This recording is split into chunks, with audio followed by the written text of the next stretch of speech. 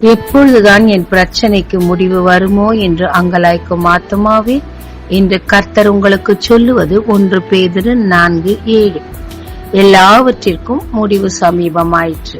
ஆகையால் தெளிந்த புத்தி உள்ளவர்களாயிருந்து ஜெபம் பண்ணுவதற்கு ஜாக்கிரதையுள்ளவர்களாயிருங்கள். ஒரு கதை இருக்குதுங்க. எங்கேயோ புதையல் இருக்குன்னு கேள்விப்பட்டு ஒரு மனிதன் அதை தோண்டி தோண்டி பார்த்து கொண்டே இருந்தார். 1 அடி, 2 அடி, 3 அடி, 9 அடிகள் தோண்டி விட்டார். ஆனால் புதையல் கிடைக்கவே இல்லை. கையெல்லாம் வலிச்சு போச்சு, மனசெல்லாம் சோர்ந்து போச்சு. எனவே போதும்னு சொல்லி கிளம்ப ஆரம்பிச்சார். அப்ப அங்க வந்த ஒருத்தன், என்னத்த நோண்டிட்டு இருக்கீங்க அப்படின்னு கேட்டப்ப, இங்க புதையல் இருக்குன்னு சொன்னாங்கப்பா. நானும் தோண்டி தோண்டி பார்த்து என் கைவலி வந்ததுதான் மிச்சம் அப்படின்னு சொல்லிட்டு போனார். அப்பொழுது வந்த வழி போக்கணும், இதை ஏன் நான் முயற்சிக்க கூடாது என்று சொல்லி ஒரே ஒரு அடிதான் தோண்டினார். புதையல் கிடைத்து விட்டது. ஆமாங்க, வேதமும் சொல்லுகிறது, காத்திருத்தல் இருதயத்தை இளைக்க பண்ணும் என்று.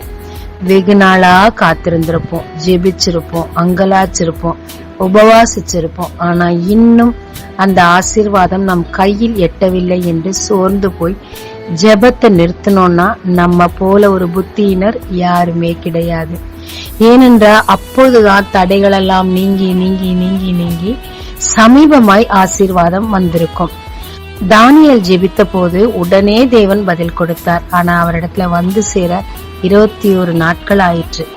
நம் ஜெபத்தை தடை செய்ய சத்ரு எப்பவுமே ரொம்ப சுறுசுறுப்பா இருப்பான். நாமும் இடைவிடாமல் சோர்ந்து போகாமல் தொடர்ந்து ஜெபிக்கும் போது தேவன் முடிவுக்கு கொண்டு வந்த காரியத்தை நாம் அனுபவிக்கலாங்க.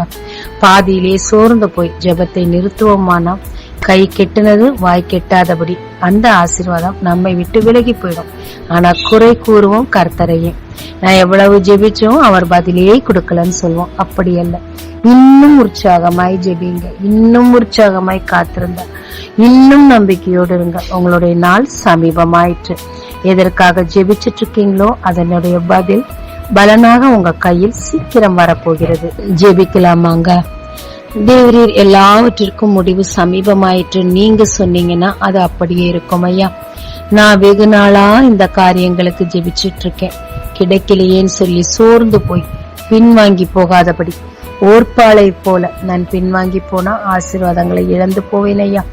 நீர் எனக்கு என்று வைத்திருக்கும் ஆசீர்வாதங்கள் முழுமையாய் பெற்றுக்கொள்ள சலிப்பில்லாமல் தொடர்ந்து ஜெபிக்கும் கிருபை தாரும். இயேசு மூலம் பிதாவே, ஆமென். இந்த நாளில் உங்களை ஆசீர்வதிக்கும் ஜீசஸ் விஷன்.